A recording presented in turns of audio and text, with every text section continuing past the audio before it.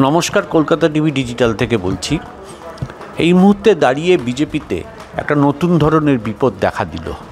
গতকাল বেহালা পশ্চিম মণ্ডলের সভায় যখন নতুন জেলা সভাপতি উপস্থিত হলেন এবং সেখানকার মণ্ডল সভাপতি যখন উপস্থিত হলেন, একটা ছোট্ট সভা ছিল।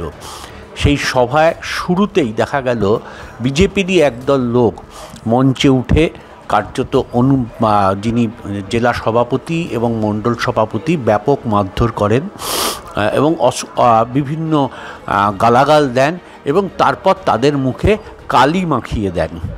নতুন জেলা সভাপতি হওয়ার পর এই ধরনের ঘটনায় কার্যত স্তম্ভিত বিজেপির রাজ্য নেতৃত্ব। তারা অত্যন্ত কঠোর সিদ্ধান্ত নিয়েছেন। তারা জানিয়েছেন যে যারা এই কাজ করেছে, এরকম 4 জনকে তারা নির্দিষ্ট করেছে।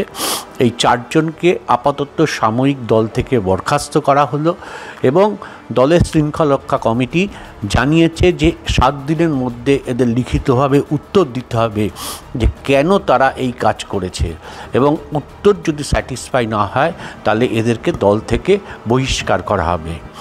প্রশ্নটা কিন্তু এটা নিয়ে নয়, প্রশ্নটা হচ্ছে যে এর আগেও এই জেলায় সভাপতিকে নিয়ে পোস্টার পড়েছিল বিভিন্ন জায়গায়, তার বিরুদ্ধে দুর্নীতির অভিযোগ উঠেছিল। কালকের যে বিক্ষোভ হয় পশ্চিম বেহালা বিধানসভা কেন্দ্রে, সেই বিক্ষোভেরও কিন্তু সুর ছিল একটাই, যে দুর্নীতির সঙ্গে এরা সবাই যুক্ত, জেলা সভাপতি মণ্ডল সভাপতি। কারা বলছে? বিজেপির কর্মীরা বলছে। বিক্ষোভ করছে কারা?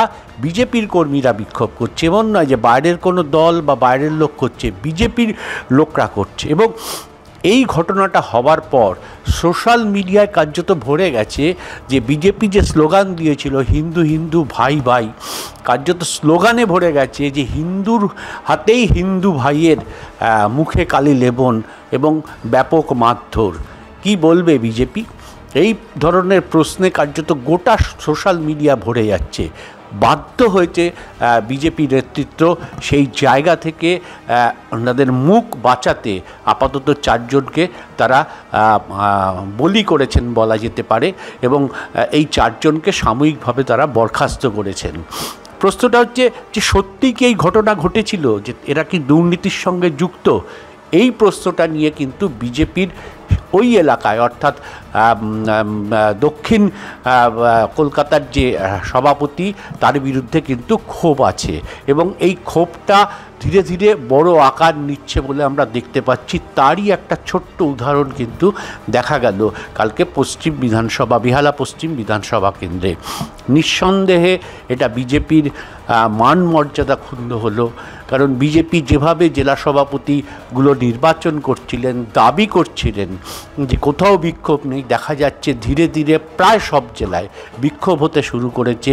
যে জেলা সভাপতি যারা নিয়োগ হচ্ছেন তারা নেতাদের কাছের লোক, যোগ্যতা অনুসারে নয়।